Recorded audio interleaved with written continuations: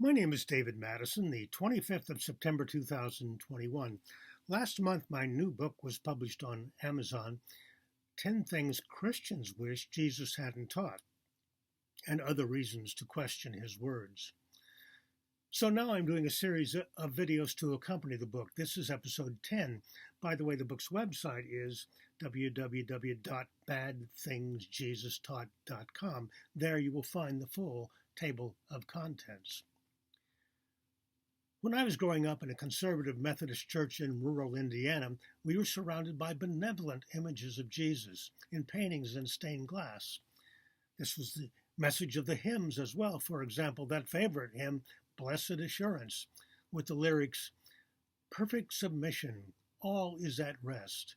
I in my Savior am happy and blessed, watching and waiting, looking above, filled with His goodness, lost in His love."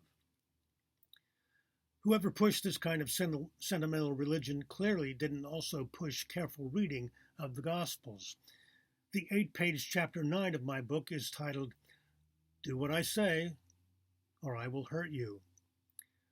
I discuss quite a few Jesus quotes that are pretty scary. One of his primary messages was that he would indeed hurt people badly if they got out of line.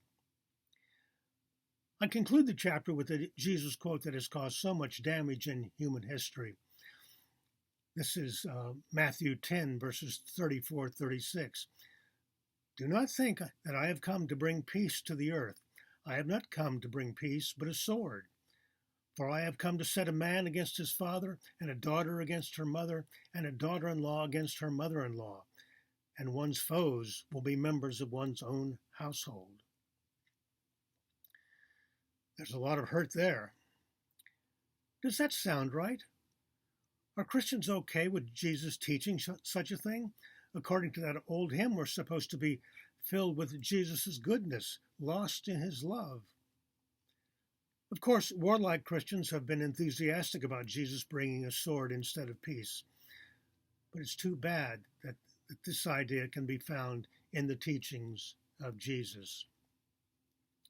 In the beginning of my chapter 9, I ask readers to take a close look at that favorite Bible verse, John 3:16, "God so loves the world that He gave His only Son." There are a couple of other verses in this famous chapter that actually destroy the claim that God so loves the world. There's too much bad theology in John 3, which is another reason for us to scold those who fail to encourage careful Bible reading while they push sentimental religion. The folks in the pews are so used to the idea that Jesus is all about love, but that's not the whole story. There's far too much brutality in His teaching. In several places, He mentions hellfire and eternal punishment. Even if you fail to show enough compassion, you can get tossed into eternal fire. See Matthew 25. Extremist fundamentalist Christians have welcomed such severe religion. They'll preach loudly that hurricanes are God's punishment for gay marriage and abortion. This is so contrary to "God so loves the world." And they back up their hate and anger with scary Jesus quotes. On my book's website, there's a chart of 292 bad Jesus quotes, and they're sorted into 4 categories. 1, preaching about the end times, and that will be the topic of my next video. 2, scary extremism. 3, bad advice and bad theology. And 4, the unreal Jesus of John's Gospel. I always beg Christians to read the Bible, the Gospels especially.